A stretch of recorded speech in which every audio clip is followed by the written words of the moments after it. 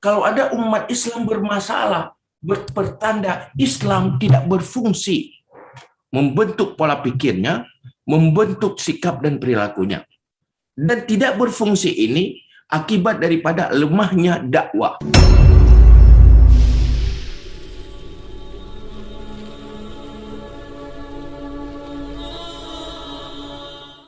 Pertama berbicara tentang persoalan ketauhidan, persoalan Islam.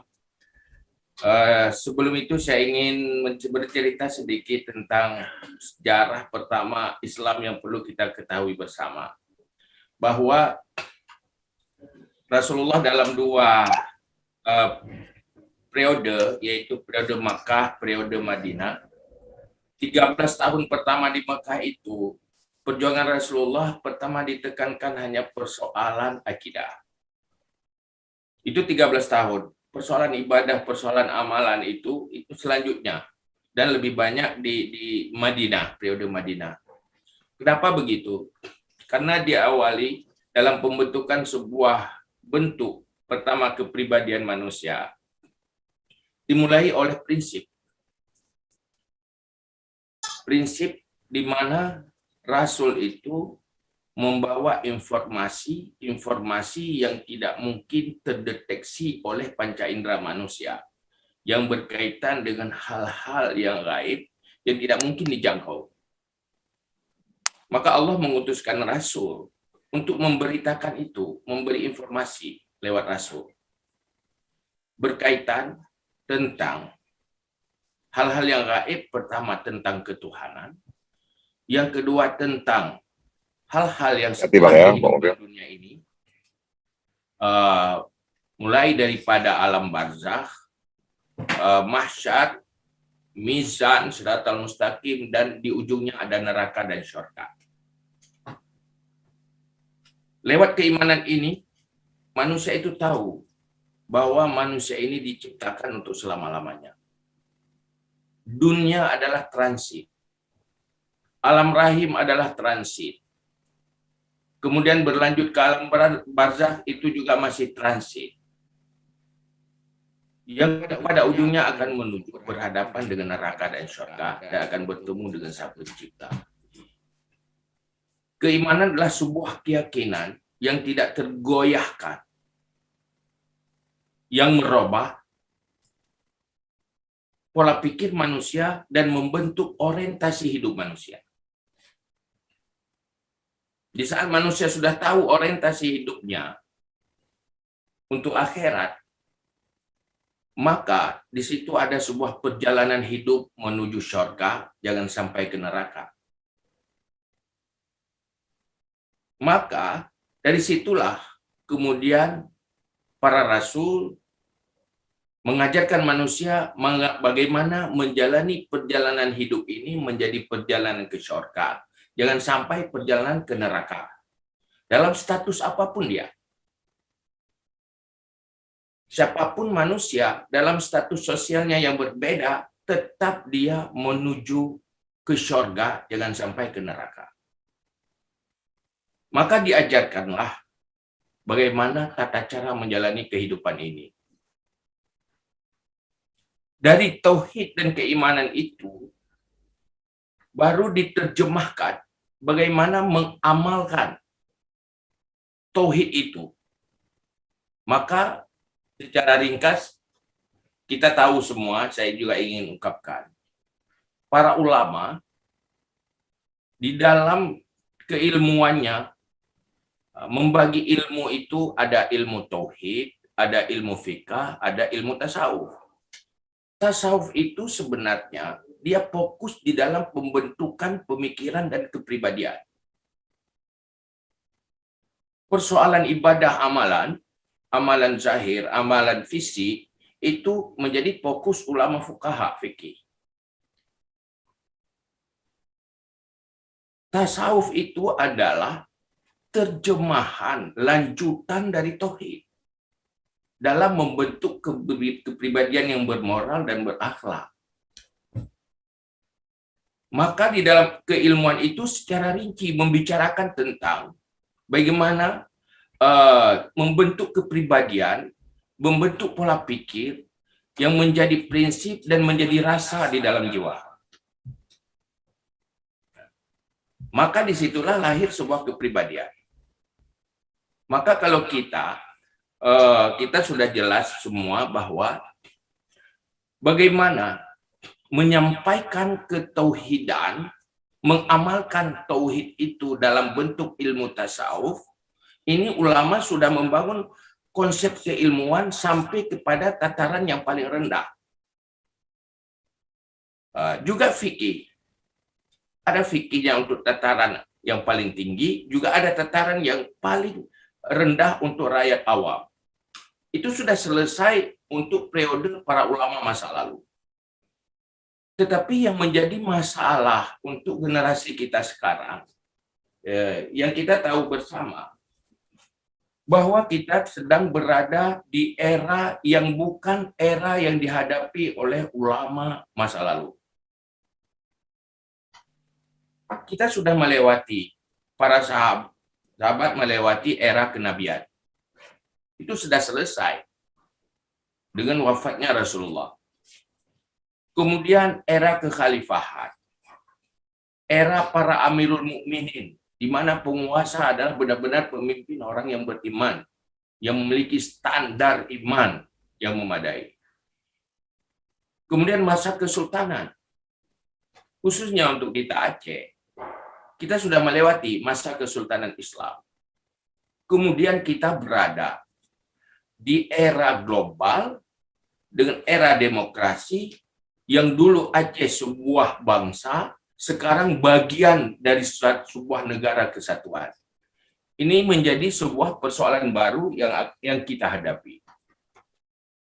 Yang menjadi masalah ialah sekarang, di saat kita berbicara tentang tauhid, berbicara tentang keislaman, hal yang paling perlu dulu untuk mengukur sukses dan gagalnya ketauhidan dan keislaman orang Aceh itu dimulai yang paling rendah dulu. Pernahkah Aceh melakukan sebuah survei? Berapa persen rakyat Aceh, umat Islam yang ada di Aceh sudah memiliki standar ilmu fardhu ain yang harus dimiliki secara general? Saya belum yakin.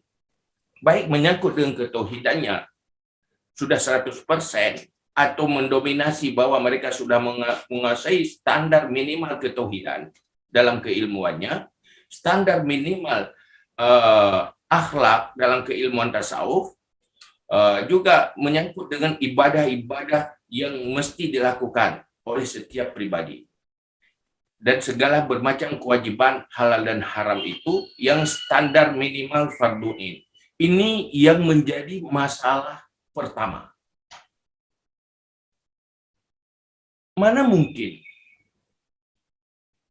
kita punya orientasi mensukseskan syariat Islam dengan membiarkan umat di dalam kejahilan tentang agamanya pada standar minimal. Ini awal menjadi akar masalah. Maka dalam hal itu, kita melihat, saya mengambil kesimpulan begini, disfungsinya sumber-sumber kekuatan untuk menyampaikan Islam, membangun keislaman dan ketauhidan secara memadai atau lemahnya fungsi. Misalnya kalau di Aceh yang komit untuk mengajarkan ilmu agama adalah sebuah lembaga warisan masa lalu, yaitu Lembaga Dunia Daya atau pesantren. Berapa persen yang dijangkau oleh dunia pesantren dalam menyampaikan hal-hal yang perlu? Kemudian, di sana ada lembaga-lembaga dakwah, khutbah, lembaga mimbar khutbah, majelis taklim, dan semuanya. Itu semuanya berapa persen yang terjangkau? Yang terbiarkan ruang kosong tidak terjangkau oleh pendidikan Islam, keilmuan Islam, itu mungkin masih banyak. Tapi ini tidak ada sebuah survei. Aceh di dalam menerapkan syariat Islam, saya sendiri tidak tahu ya. Apakah ada sebuah survei kegagalan Islam atau berapa persen yang mereka yang sudah terjangkau oleh keilmuan Islam dalam batas memadai. Ini menjadi masalah. Apalagi yang menyangkut dengan akhlak, artinya ketauhidan yang diterjemahkan di dalam konsep tasawuf. Saya tidak yakin mencapai 50% mereka sudah mencapai keilmuan yang berkaitan dengan kepribadian dalam bentuk tasawuf. Orang kadang-kadang berpikir tasawuf itu cuma tawajuh, itu berzikir. Padahal dalam keilmuan tasawuf itu lebih banyak tentang etika-etika yang berkaitan dengan kesalehan sosial. Ini juga kurang tersampaikan, kurang terbahas. Ini yang menjadi masalah. Seakan-akan tasawuf itu eksklusif kepada ibadah semata. Tidak menjangkau kepada kesalehan dalam aspek semua kehidupan. Maka inilah yang menjadi masalah kita sekarang.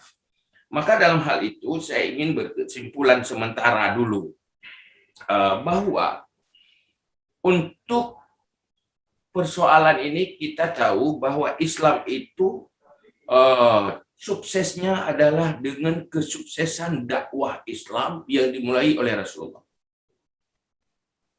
Berarti yang dipertanyakan sekarang untuk generasi kita, sampai di mana fungsi dakwah kita di dalam menyampaikan keislaman dan ketauhidan ke semua ruang-ruang kosong itu. Kita pertanyakan dunia pendidikan kita secara umum. Formal, informal, apakah mereka sudah berfungsi maksimal di dalam membangun ketauhidan dan membangun kepribadian? Semua praktek-praktek yang terjadi, yang kita tonton sekarang di semua elemen itu, kalau kita tahu tentang etika Islam, keilmuan Islam, itu semuanya menggambarkan kegagalan pendidikan Islam. Maka Aceh terpuruk, jangan salahkan syariat, tetapi disfungsi syariat di dalam perbaikan. Kita tidak tahu di mana kelemahannya yang semestinya. Ini butuh kajian bersama. Ada orang yang mengatakan, ini terserah kepada ulama. Ini persoalan agama, terserah kepada ulama. Tapi tidak melihat ada kelemahan-kelemahan di kalangan mereka yang tidak dibantu diperkuat. Ini menjadi masalah. Karena persoalan Aceh, setelah ada undang-undang syariat itu ada dua kelompok. Satu yang punya kewenangan, satu yang punya otoritas. Bolehlah otoritas tentang moral, tauhid, dan akhlak, itu otoritasnya para ulama. Tapi kewenangannya di siapa? Kewenangannya tidak pada para ulama. Di saat kita selalu mengatakan bersanding antara ulama dan umara, dalam bentuk bagaimana bersanding itu? Apakah gabungan antara sebuah kewenangan dan otoritas yang menghasilkan sebuah kekuatan yang bisa memerangi kebodohan dan kejahilan itu? Ini yang menjadi masalah kita. Maka hal yang paling menarik dalam grup ini, kita ingin mencari sebuah formula bagaimana memperkuat dakwah tepat sasaran dan efektif. Sehingga semuanya berfungsi untuk itu. Dalam elemen-elemen yang berbeda, dalam status sosial yang berbeda, tetapi saling memperkuat, tidak saling menghancurkan. Ini butuh sebuah formula. Dengan ada kebijakan-kebijakan dari elemen yang berbeda yang saling menghancurkan. Kita tidak mungkin semuanya sama. Berbeda status, berbeda profesi. Tetapi antara perbedaan-perbedaan itu bagaimana saling memperkuat. Ini formulanya bagaimana? Saya telah mencoba, Bapak-bapak sekalian. Saya melihat, ini ada masalah. Pertama, ini khususnya untuk generasi muda, juga generasi tua. Bahwa semua generasi rakyat Aceh, semuanya ada desanya. Nggak ada yang nggak ada desanya. Pasti dalam KTP-nya, alamatnya ada desanya. Pertama, kita ingin pertanyakan, di sana ada pemimpin. Apakah semua pemimpin sudah dibimbing, dia mampu, punya kemampuan untuk mencari solusi bagi generasi mudanya dalam semua aspek kehidupan? Ada bimbingan ke mereka. Mereka bukan dipilih karena punya kapasitas. Mungkin karena ketertarikan pemilih, maka dipilih jadi pemimpin. Sementara mereka tidak dipersiapkan dalam sebuah kemampuan, kapasitas yang mampu memberi solusi bagi generasi-generasi mudanya.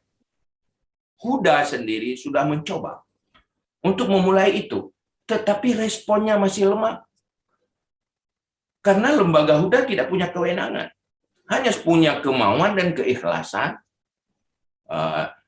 yang kadang-kadang hanya mampu menjangkau makhluk-makhluk yang punya loyalitas. Tetapi di sana tidak ada kewenangan yang serius. Tidak mungkinlah sebuah lembaga dinas syariat Islam dengan kapasitas yang begitu ingin memberi solusi. Sebenarnya kesimpulannya saya ingin mengatakan, bagi kita yang tahu Islam secara memadai, kita pasti yakin Islam itu solusi. Kalau ada umat Islam bermasalah, bertanda Islam tidak berfungsi, membentuk pola pikirnya, membentuk sikap dan perilakunya. Dan tidak berfungsi ini akibat daripada lemahnya dakwah. Dakwah baik lewat lembaga pendidikan, lewat semua hal-hal, baik di dalam rumah tangga dan semuanya. Dakwah dalam arti yang luas. Maka inilah yang menjadi persoalan kita sekarang. Jadi kesimpulannya, disfungsi dakwah Islam karena dia lemah, tidak diperkuat oleh semua elemen-elemen yang berbeda. Maka Rasulullah dalam sebuah hadis mengatakan, tegaknya bagusnya dunia ini bukan cuma dengan ulama semata, tetapi dengan 4 unsur. Qiwamud dunya bi arba'atin. Tegaknya dunia, bagusnya dunia ini terbangun dengan baik dunia ini dengan 4 pilar, 4 unsur. Pertama, ilmunya para ulama. Kemudian adilnya para umara. Kemudian murahnya para agniya. Kemudian doanya para fukara, orang-orang fakir. Kalau umara tidak adil, maka hilanglah satu pilar. Ilmu ulama tidak menjangkau ke semua lini, juga akan hilang pilar yang kedua. Harta dan kekayaan tidak berfungsi tepat sasaran pada jalan yang baik, hilanglah pilar yang ketiga. Fukara dalam kejahilan, kapan dia munajah dengan Allah, dekat dengan Allah? 4 pilar ini hancur, tidak bisa tegak. Ini menjadi sebuah kehancuran dan menjadi persoalan kita. Dan ini menjadi masalah umat Islam secara mayoritas. Akhirnya, orang menyerang Islam karena melihat muslimnya. Padahal tidak tahu Islam tidak seperti itu. Muslim, akhirnya muslim tidak tahu Islam, muslim yang tidak sepakat dengan Islam, muslim yang orientasi hidupnya hanya untuk dunia semata, bukan dunia mazra'ah lil akhirah. Maka timbullah sikap menghalalkan segala cara, timbullah sikap ketamakan. Seakan-akan dunia ini segala-galanya. Sementara Sayyidina Ali mengatakan at-tama'u mani'un angkul haqqin. Sifat tamak itu penghalang tegaknya kebenaran. Kebenaran itu hancur, tergoda oleh ketamakan. Idealisme itu boleh sangat terbangun, bersemangat kalau sedang tidak berhadapan dengan fata morgana dan dunia. Kalau belum berhadapan dengan materi, tetapi pribadi yang tamak berhadapan dengan materi, maka hancurlah nilai-nilai ideal di dalam pribadinya. Inilah persoalan sebagai gambaran awal dari saya, dan saya ingin juga pencerahan-pencerahan pemikiran dari yang lain. Maka sampai di sini dulu. Assalamualaikum warahmatullahi wabarakatuh.